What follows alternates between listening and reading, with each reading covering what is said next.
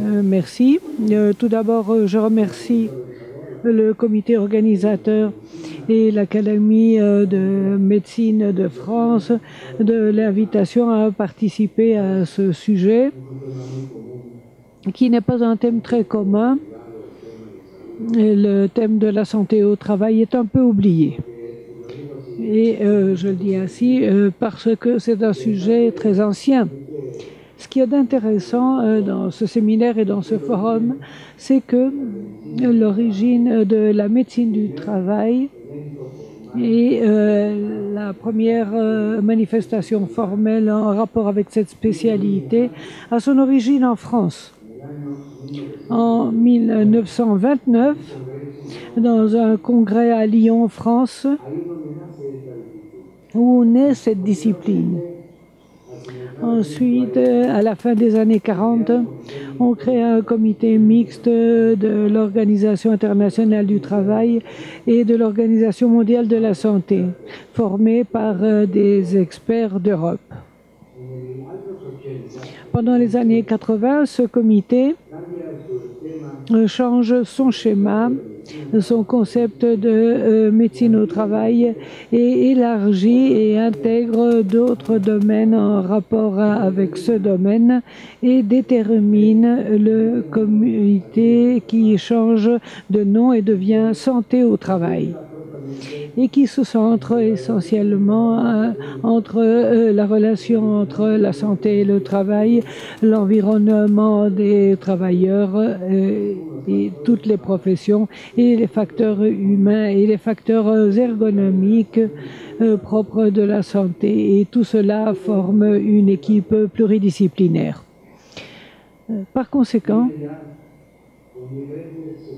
nous avons divers schémas et accords internationaux et programmes. La semaine prochaine, lundi prochain, nous aurons un événement de l'OPS voyant la question de programme de l'OPS en matière de surveillance de la santé des travailleurs. Ce qui est intéressant ici, c'est la corrélation qu'il y a entre la France et le Mexique dans ce domaine. Mais ensuite, nous avons des régulations au Mexique en la matière très anciennes. Le code sanitaire de 1921 au Mexique prévoit un chapitre qui s'appelle « Santé des travailleurs ».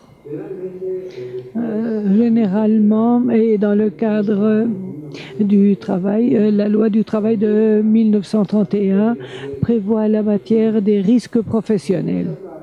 Et dans cette loi sont incorporés des tableaux de 40 diagnostics possibles pour déterminer des maladies appelées professionnelles,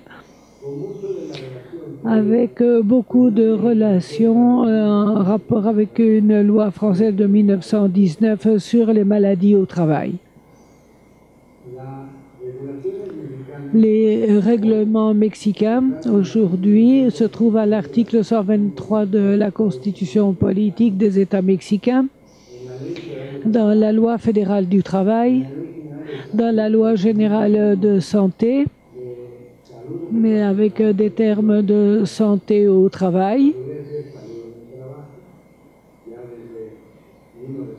Depuis 1984, cette loi prévoit cette partie et l'Institut de la Sécurité sociale listé pour lequel je travaille dans les services d'hygiène prévoit dans sa loi la matière de santé au travail. Donc, ce sont des réglementations très anciennes. Mais beaucoup de communautés, depuis longtemps, ont établi des lois en ce qui concerne la santé au travail, comme l'Espagne, les États-Unis, le Canada, l'Angleterre ou la France, qui ont leurs règles et règlements de prévention en matière de santé au travail. Dans un code où se trouve ce qui est en rapport avec la santé et sécurité. C'est là qu'on a les articles de cette loi et il y a une interrelation très importante dans beaucoup de pays.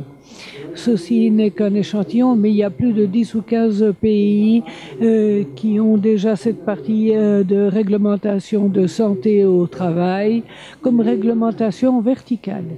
Et c'est de là qu'émanent les dispositions vers tous les autres États.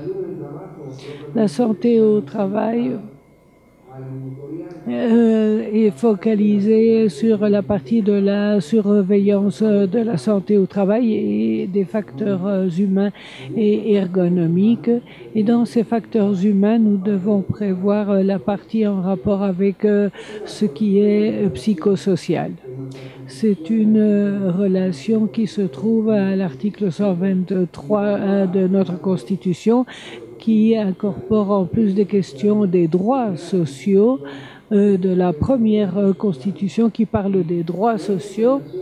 Et il y a une interrelation entre 1888, 98 et en France et puis 1919 avec la loi de la santé au travail. Bref, nous avons travaillé la main dans la main en cette matière pendant de nombreuses années. Hier, nous disions qu'une partie de l'anatomie au Mexique, notre coordinateur maintenant qui préside cette tribune, a étudié l'anatomie selon les anciens livres d'anatomie française. Donc le sujet de la santé au travail date de 1931, comme je vous l'ai dit, au Mexique. Et ensuite ont été incorporées d'autres considérations dans ce schéma. Et l'article concernant la santé au travail prévoit ce tableau ou cette liste de maladies en rapport avec le travail. Aujourd'hui, il y a 161 diagnostics possibles de maladies du travail qui concernent la médecine, et la jurisprudence de la Cour suprême de la Nation dit que les maladies qui se trouvent dans ce tableau sont en faveur du travailleur. Ce n'est pas exhaustif ni limitatif. Il faut qu'il y ait une corrélation des faits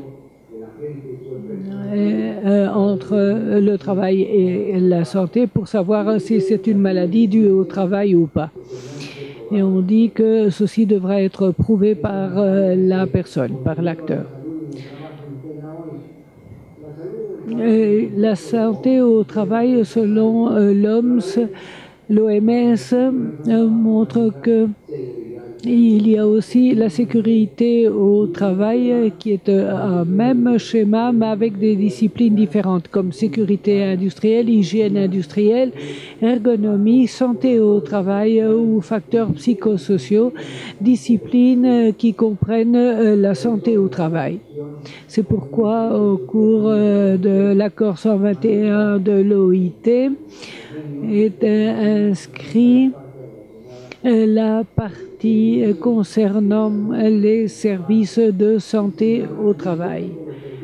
Et on dit que la santé au travail a des fonctions essentiellement préventives, des conseils aux patrons, aux représentants sur la sécurité et la santé au travail et promeut la santé des travailleurs. Cet accord s'inscrit dans des normes officielles mexicaines du ministère de Travail et Prévision sociale. La norme des services préventifs de médecine du travail. C'est là que se trouve ce schéma inscrit. Le problème des maladies du travail qui concerne la partie médicale et la partie d'ingénierie, de sécurité, d'autres disciplines encore relatives à cette matière, dit l'OIT que tous les ans meurent 2,5 millions de personnes d'accidents de travail ou de maladies du travail. Mais dans ce groupe, il y en a 2 qui meurent à cause des nombreuses maladies professionnelles qui existent. Au Mexique, le terme professionnel a été séparé du cadre international parce qu'on considère que les risques sont des risques du travail et sont provoqués par le travail, pas par la profession. Voilà donc le problème qui existe et les conventions internationales estiment qu'il y a 160 millions de cas non fatals en rapport avec les maladies du travail. Donc ces 160 millions sont produits dans un groupe de maladies qui ne sont pas encore reconnues dans les lois correspondantes. La Chine, par exemple, dans ce cadre, a notifié en 2010 27 240 cas de maladies professionnelles, entre guillemets, provoquées par l'exposition à la poussière dans le domaine du travail. Et l'Argentine, au cours de cette année, 22 000 cas de maladies avec des problèmes musculo-squelettiques et pulmonaires. Le Japon parle de 7 780 cas en rapport avec des problèmes lombaires. Comme vous voyez, les problèmes musculo-squelettiques sont parmi les facteurs les plus spécialement analysés en matière d'accidents de travail. Mais maintenant, en plus, au Royaume-Uni, on commence à incorporer également des réclamations et on accepte des réclamations comme des troubles mentaux. Par exemple, en Espagne, la Cour suprême de l'Espagne considère la neurose d'anxiété chez une professeure parce qu'on a considéré que les élèves ont provoqué un état de neurose d'anxiété au travail pour cette professeure. Au cours de cette année, au Royaume-Uni, on a eu également des maladies professionnelles comme ostéoarthrite, etc. Et c'est un problème qui est enregistré. Et il faudra savoir enregistrer convenablement et diagnostiquer les maladies au travail, les maladies du travail.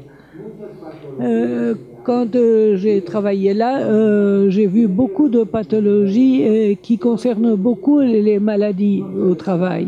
Mais elles ne sont pas enregistrées comme telles et on ne les réclame pas comme telles. À l'Ist où je travaille, il n'y a pas de maladie de travail. Et il y en aura, bien sûr que oui. 2 800 000 travailleurs qui dépendent du gouvernement et du secteur public doivent certainement avoir des problèmes en rapport avec leur travail, simplement musculo-squelettiques comme le tunnel carpien par exemple. Et bien que les professeurs aient des problèmes de voix, nous savons qu'il y a certaines maladies qui ne sont pas enregistrées. Et à la sécurité sociale, si nous voyons le nombre total de maladies qui sont enregistrées dans d'autres pays, au Mexique, à la sécurité sociale, on enregistre 5 000 ou 6 000 maladies. Mais il n'y a pas de réclamation, il n'y a pas de diagnostic et il n'y a pas d'information dans ce sens et il n'y a pas de formation des médecins dans ce domaine. La liste internationale des maladies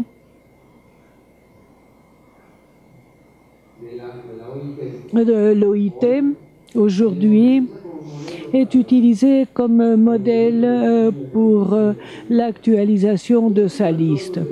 Ces troubles de santé à long terme, nous devons les analyser. Il y a le cancer du travail, cancer professionnel, les troubles ostéomusculaires, les maladies vasculaires et le stress au travail sont des préoccupations actuelles de santé au travail dans bien des pays et les organisations d'entreprises et les autres organisations du travail s'en occupent. En 2012, l'OIT a inclus deux facteurs nouveaux, des troubles mentaux. Comment différencier que les troubles mentaux dérivent du travail? Parce que là, il y a énormément les aspects sociaux qui interviennent, les aspects familiaux, la génétique. Et dans le comportement et le cancer d'origine du travail, on dit que tous les produits chimiques, et il y en a qui sont reconnus comme étant hautement cancérigènes. Et il y a encore des tas d'autres produits qui entrent sur le marché et qui ne sont pas analysés. Ces deux-ci sont déjà introduits dans la santé au travail, dans les règlements de santé au travail. Les problèmes émergents sont parmi les tout nouveaux. L'insécurité du travail, l'épuisement, le temps prolongé d'activité, la charge de travail, un environnement hostile, le stress, les conflits de travail, les relations interpersonnelles, conditions ergonomiques, conditions de risque social et la complexité du travail. Tout ce schéma peut nous conduire à des troubles de maladie du travail en rapport avec le stress. On dit que dérivé de la nature et des fonctions du poste de travail, le type de journée de travail et la non-adaptation au type de travail peut provoquer de l'anxiété et un grand stress. Les changements technologiques, sociaux et d'organisation enregistrés sur les lieux de travail comme conséquence de la mondialisation rapide conduisent à de nouveaux troubles. D'anciens risques ont diminué grâce à la sécurité, mais ils continuent d'exister. Mais il apparaissent maintenant de nouvelles maladies professionnelles et elles sont émergentes. Elles sont dans certains cas anciennes. On ne peut pas penser que le stress est né aujourd'hui simplement, parce qu'on sait bien que ce stress est en rapport avec le travail. Cela a existé depuis toujours. Mais le stress aujourd'hui est une grande préoccupation. Les entreprises font face de plus en plus à un harcèlement psychologique, au bullying, harcèlement sexuel, à d'autres formes de violence. Pour pouvoir faire face à ce stress, les travailleurs sains adoptent des comportements différents. Il y a abus de drogue, abus d'alcool, abus de problèmes familiaux. Et plus encore, dans ce genre de situation, augmente aussi le stress, l'anxiété, la dépression, des troubles mentaux qui peuvent mener même au suicide. Il y a une note de l'OMS qui est sortie le 25 mai cette année, qui dit le stress au travail provoque 25% des infarctus enregistrés au Mexique tous les ans et alerte l'Organisation mondiale de la santé sur cela. Ce chiffre est au-dessus de la Chine et des États-Unis qui sembleraient être plus harcelés du point de vue du travail. Eh bien non. Si nous analysons le harcèlement au travail et les causes de stress de travail par manque de travail, horaire très strict, insécurité du travail, etc., tous ces problèmes sont dus à du stress, problèmes intestinaux et entre autres l'infarctus. Et on pense qu'un horaire de travail qui implique des heures inhabituelles par rapport à des équipes normales devient normal, mais on voit que ça contribue au développement de maladies cardiovasculaires et syndromes métaboliques. Hier, j'ai révisé certaines données de l'OCDE où il parle d'heures de journée. Sur la base d'une étude de l'OCDE avec les pays européens, la France, les États-Unis, le Mexique est le pays où il y a le plus d'heures travaillées en moyenne, 2237 heures en moyenne. La France, 1489. La moyenne de l'OCDE est 1770. Il est donc important de signaler cela parce que cela mène à de nombreux produits. Le manque de productivité qui naît des troubles mentaux, la fatigue mentale après 8 heures de travail normal. Le Mexique dit 8 heures par jour, mais ce n'est pas la réalité. Qui respecte ça? Non, en général, ce n'est pas respecté. On pense que travailler plus est favorable. Pour qui? Non, on devrait travailler des schémas où on travaille les 3-8, 8 heures pour le travail, 8 heures pour le sommeil et 8 heures pour les loisirs. C'est ça les 3-8 et c'est selon ce schéma qu'on devrait vivre. Et c'est ainsi qu'on éviterait les maladies métaboliques. Et il y a un facteur intéressant de l'Agence internationale de recherche sur le cancer. Il y a 2 ans, j'ai reçu une note où on dit qu'après 20 ans de recherche sur la surcharge de travail des compagnies scandinaves, ils sont arrivés à la conclusion que l'augmentation du cancer du sein n'était pas due aux radiations auxquelles elles étaient soumises, mais au manque de sommeil, au manque de mélatonine. L'AIARC considère la mélatonine et son manque de mélatonine est au niveau 2, donc il faut encore faire des recherches. Le niveau 1 est prouvé.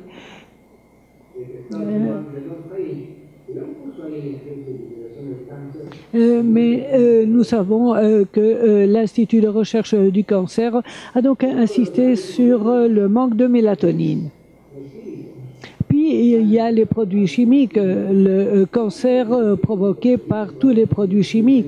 Il y a beaucoup d'études médicaux qui disent que le bruit est un facteur de stress et qui arrive à produire dans certains cas le cancer.